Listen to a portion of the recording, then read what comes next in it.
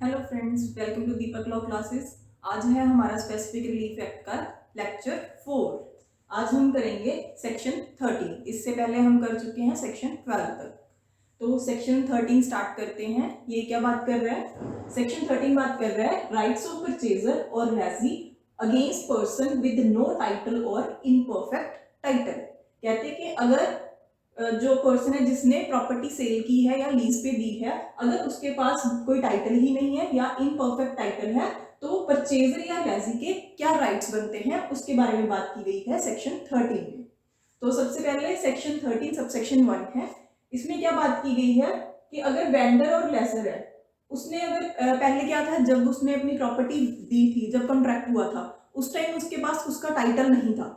But subsequently क्या होता है कि उसका उस प्रॉपर्टी में इंटरेस्ट एक्वायर हो जाता है।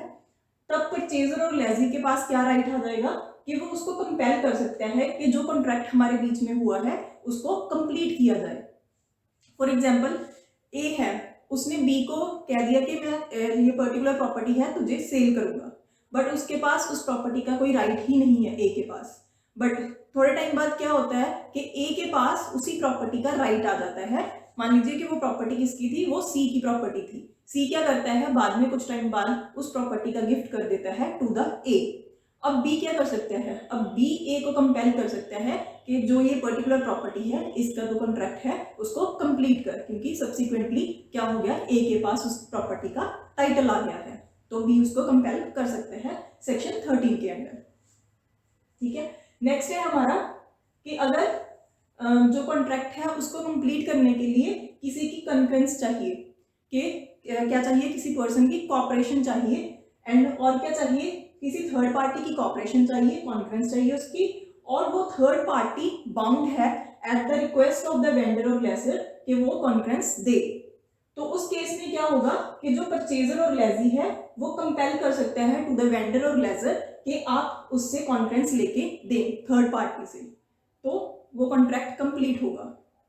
और इसमें और क्या बताया गया है कि अगर कोई कन्वेयंस भी है, कन्वेयंस क्या है कि किसी से पोजेशन लेना है अगर प्रॉपर्टी का, तो उस केस में भी जो परचेजर और लेजी है वो इनको कंपेल कर सकते हैं वेंडर और लेजर को कि आप उनसे हमें कन्वेयंस लेके दें थर्ड पार्टी से। नेक्स्ट है हमारा कि अगर वेंडर है वो कहता है कि जो मेरी प्रॉपर्टी है वो अनएनकम्बर्ड प्रॉपर्टी है, कि उसके ऊपर कोई बर्डन्स नहीं है, मैंने किसी का कुछ नहीं देना। बट एक्चुअल में क्या होता है कि वो जो प्रॉपर्टी है वो मॉर्टगेज की गई है। कितनी अमाउंट के लिए? जो परचेज मनी है, जो वेंडर और वेंडी के परचेजर के आपस में कॉन्ट्रैक्ट हुआ है, उसकी परचेज मनी से वो एक्सीड नहीं कर रही मॉर्टगेज जो उसकी पहले हुई है प्रॉपर्टी की। तब और क्या होना चाहिए, और जो वेंडर है उसके पास राइट भी है कि वो उस प्रॉपर्टी को रिडीम करवा सकता है। तब होगा परचेजर के पास राइट कि परचेजर कंपेल करेगा टू द वेंडर कि तू ये प्रॉपर्टी है मुझे लेके दे, इसको जो इसके बर्डन्स हैं वो खत्म कर, उसके जो अमाउंट है मॉर्टगेज की वो पे कर और इस प्रॉपर्टी को मुझे दे, तो उसको वो कंपेल कर सकता है। नेक्स्ट है हमारे पास कि जब वेंडर और लेसर उनमें से कोई भी अगर कोई सूट फाइल करता है फॉर स्पेसिफिक परफॉर्मेंस, जो कॉन्ट्रैक्ट हुआ है वेंडर का परचेजर के साथ या लेसर का लेसी के साथ, उस केस में अगर वो स्पेसिफिक परफॉर्मेंस के लिए सूट फाइल करते हैं और वो सूट का क्या होता है, वो सूट डिसमिस हो जाता है। किस ग्राउंड पे हो जाता है कि जो वेंडर और लेसर है उनके पास टाइटल है वो इम्परफेक्ट टाइटल है या फिर उनके पास टाइटल है ही नहीं। तब उस केस में क्या होगा, जो डिफेंडेंट होगा, डिफेंडेंट कौन होगा, जो परचेजर होगा या लेसी होगा, तो उनके पास क्या राइट आ जाता है, उनके पास राइट आ जाता है कि जो भी उन्होंने डिपॉजिट दिया है टू द वेंडर और लेजर, तो वो उनसे वो अपना डिपॉजिट है वो वापस ले सकते हैं। सेकंड क्या कर सकते हैं, वो जो सूट का कॉस्ट आया है, जो स्पेसिफिक परफॉर्मेंस का सूट फाइल किया था वेंडर और लेजर ने, तो वो उससे कॉस्ट भी ले सकते हैं सूट का कि हमारा इस सूट पे खर्च हो गया आपकी गलती की वजह से। या थर्ड वो क्या कर सकते हैं, लियन का भी राइट है, जो डिपॉजिट उन्होंने दिया था उस पर उनको लियन का भी राइट है। तो 3 राइट्स हो जाते हैं उनके पास कि वो रिटर्न ऑफ डिपॉजिट कर सकते हैं, second cost of the suit ले सकते हैं, थर्ड जो लियन है उस जो डिपॉजिट है उस डिपॉजिट पे वो लियन भी ले सकते हैं।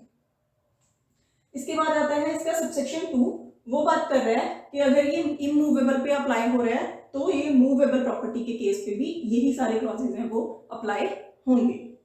तो ये है हमारा सेक्शन 13। इसके बाद आता है हमारा सेक्शन 14। सेक्शन 14 क्या बात कर रहा है? Contracts not specifically enforceable. इससे पहले हमने क्या किया था पिछले लेक्चर में कि कौन कौन से कॉन्ट्रैक्ट हैं वो स्पेसिफिकली एनफोर्सेबल कब हो सकते हैं, कैसे हो सकते हैं। तो अब आ गया है कि कब ये जो कॉन्ट्रैक्ट्स हैं वो स्पेसिफिकली एनफोर्सेबल नहीं है। इसमें भी क्या हुआ है, 2018 में अमेंडमेंट हुई है। इससे पहले सेक्शन कुछ और बोलता था, अब 18 के बाद जो है वो सेक्शन चेंज हो गया है कंप्लीटली। तो पहले हम कंप्लीट करेंगे कि 2018 से पहले क्या था सेक्शन में, और फिर हम करेंगे कि 2018 के बाद क्या चेंजेस आए हैं। तो पहले हम करते हैं 2018 वाली अमेंडमेंट से पहले का एक्ट। इसमें क्या था? तो इसमें सबसेक्शन 1 क्या प्रोवाइड कर रहा था कि where compensation in money is an adequate relief. तो कहते हैं कि जहां पे जो कंपनसेशन इन मनी है वो एडिक्वेट रिलीफ मिल रही है बंदे को, तो वहां पे कॉन्ट्रैक्ट है वो स्पेसिफिकली एनफोर्सेबल नहीं हो सकता, क्योंकि अगर कॉन्ट्रैक्ट का ब्रीच हुआ है तो वो कोर्ट में जाके उस कॉन्ट्रैक्ट के ब्रीच के लिए कंपनसेशन क्लेम कर सकते हैं। तो यहाँ पे अगर एडिक्वेट रिलीफ बन रही है तो कोर्ट वहां पे स्पेसिफिक परफॉर्मेंस ग्रांट नहीं करेगा। सेकेंड था कॉन्ट्रैक्ट इन्वॉल्विंग माइन्यूट और नंबरस डिटेल्स, पर्सनल क्वालिफिकेशन और वॉल्यूशन ऑफ द पार्टीज। सबसे पहले आता है माइन्यूट और नंबरस डिटेल्स। तो माइन्यूट और नंबरस डिटेल्स क्या है कि अगर छोटी छोटी डिटेल्स हैं कॉन्ट्रैक्ट में तो जो कोर्ट है उस चीज को सुपरवाइज नहीं कर सकता ना, कि हर टाइम तो कोर्ट उस चीज को देख नहीं सकता। इसीलिए जो माइन्यूट और नंबरस डिटेल वाले कॉन्ट्रैक्ट हैं उनको भी कोर्ट है वो स्पेसिफिकली इन्फोर्स नहीं कर सकता। फॉर एग्जाम्पल, अगर इलेक्ट्रिसिटी के रिलेटेड कोई कॉन्ट्रैक्ट है कि जो बिजली की सप्लाई है, कोई पर्सन कहे कि जो बिजली की सप्लाई है वो 24 आवर्स मेरे घर पे आनी चाहिए, ये तो पॉसिबल नहीं है, क्योंकि हो सकता है कोई टेक्निकल प्रॉब्लम आ जाए, तो उस वजह से हो भी सकता है कि इलेक्ट्रिसिटी 24 आवर्स उसकी सप्लाई ना हो। तो उस केस में अगर उसकी हम स्पेसिफिक परफॉर्मेंस करवाने चले जाएं तो ये पॉसिबल नहीं हुआ कोर्ट के लिए, तो इसीलिए ये आ जाता है माइन्यूट और नंबरस डिटेल में। तो इस केस में कॉन्ट्रैक्ट है वो स्पेसिफिकली एनफोर्सेबल नहीं होगा। नेक्स्ट आता है कि पर्सनल क्वालिफिकेशन। अगर किसी की पर्सनल क्वालिफिकेशन पे कोई कॉन्ट्रैक्ट है तो वो भी स्पेसिफिकली एनफोर्सेबल नहीं होगा। मान लीजिए किसी पर्सन ने कहा कि 2 पर्सन्स के बीच में कॉन्ट्रैक्ट हुआ कि ए बी के लिए सॉन्ग्स गाएगा किसी पर्टिकुलर इवेंट पे, बट फिर बाद में वो रिफ्यूज कर देता है। तो इस केस में क्या होगा, कोर्ट इसको स्पेसिफिकली एनफोर्सेबल नहीं करेगा, क्योंकि अगर इसमें स्पेसिफिक परफॉर्मेंस की जाती है तो हो सकता है कि जो ए है उसकी ये एक पर्सनल क्वालिफिकेशन है सिंगिंग की, तो वो क्या करेगा, हो सकता है कि उसमें खराब गाना गा दे। तो उस केस में क्या होगा, जो कॉन्ट्रैक्ट है उसका तो कोई मायने ही नहीं रहेगा, क्योंकि उसने अच्छी सिंगिंग करनी थी बट वो क्योंकि परफॉर्म नहीं करना चाहता था तो वो क्या कर देगा, अच्छा परफॉर्म नहीं करेगा। तो फिर भी एनफोर्स करके भी कॉन्ट्रैक्ट का तो कोई फायदा ही नहीं हुआ, इसलिए यहाँ पे कोर्ट इसको स्पेसिफिकली परफॉर्म नहीं करवाएगा। या सेकेंड एग्जाम्पल ले लीजिए, जैसे टीचिंग का कॉन्ट्रैक्ट हुआ है, किसी टीचर ने किसी स्टूडेंट को पढ़ाना है, तो उस केस में भी अगर तो कॉन्ट्रैक्ट स्पेसिफिकली एनफोर्सेबल अगर टीचर मना कर दे कि मैं तुझे नहीं पढ़ाऊंगा, तो उस केस में अगर इसको हम स्पेसिफिकली एनफोर्सेबल करवाने चले जाएंगे तो क्या होगा, तो हो सकता है कि टीचर अब अच्छे से स्टूडेंट को ना पढ़ाए। वो सिर्फ अगर कोर्ट ने फोर्स किया है इस वजह से वो पढ़ा रहा है, बट वो अच्छे से जैसे वो पहले पढ़ाता अगर वो अब क्या करेगा, वो नहीं पढ़ाएगा, तो यहाँ पे भी स्पेसिफिक परफॉर्मेंस नहीं होगी। नेक्स्ट है कि वॉल्यूशन ऑफ द पार्टीज। अगर पार्टीज की मर्जी पे डिपेंड करता है कोई कॉन्ट्रैक्ट तो वहां पे भी स्पेसिफिक परफॉर्मेंस नहीं होगी। लगा लीजिए अगर किसी की मैरिज का कॉन्ट्रैक्ट है, ए और बी ने कॉन्ट्रैक्ट किया कि हम मैरिज करेंगे, अगर बाद में एक पार्टी मुकर जाती है तो यहाँ पे भी जो स्पेसिफिक परफॉर्मेंस है वो नहीं करवा सकती, क्योंकि उसका कोई फायदा ही नहीं है। तो वॉल्यूशन ऑफ पार्टीज वाले केस में भी स्पेसिफिक परफॉर्मेंस नहीं होती। नेक्स्ट आता है इन नेचर डिटर्मिनेबल, कि जो कॉन्ट्रैक्ट है वो उनकी नेचर ही ऐसी है कि उनमें पार्टीज कॉन्ट्रैक्ट को एंड कर सकती हैं खुद ही, तो उस केस में भी स्पेसिफिक परफॉर्मेंस नहीं होती है। जैसे पार्टनरशिप एट विल है, तो विल वाली जो पार्टनरशिप होती है उसमें क्या होता है कि कोई भी पार्टी है वो कभी भी कॉन्ट्रैक्ट को खत्म कर सकती है, तो इस केस में भी जो कॉन्ट्रैक्ट है वो स्पेसिफिकली एनफोर्सेबल नहीं होगा। नेक्स्ट है कि जो कोई भी अगर कंटिन्यूअस ड्यूटी है which court can not supervise, अगर कोई कंटिन्यूटी में कोई ड्यूटी चल रही है किसी की, तो कहते हैं उसको भी जो कोर्ट है वो स्पेसिफिकली एनफोर्स नहीं कर सकता, क्योंकि कोर्ट कंटिन्यूअस ड्यूटीज को सुपरवाइज नहीं कर सकता। कोर्ट हर टाइम तो जाके किसी को नहीं देख सकता ना कि वो कॉन्ट्रैक्ट परफॉर्म कर रहे हैं या नहीं कर रहे हैं। इसमें हम एग्जांपल लेते हैं, जैसे इंश्योरेंस वाले कॉन्ट्रैक्ट्स हैं, उनमें अगर इंस्टॉलमेंट्स भरनी है तो वो जो कॉन्ट्रैक्ट है वो वाले हैं इंश्योरेंस वाले के, उसमें जो कुछ टर्म के बाद पैसे भरने होते हैं, तो वहां पे भी कोर्ट इसको स्पेसिफिकली एनफोर्स नहीं करवा सकता है। आगे आता है हमारा सबसेक्शन 2।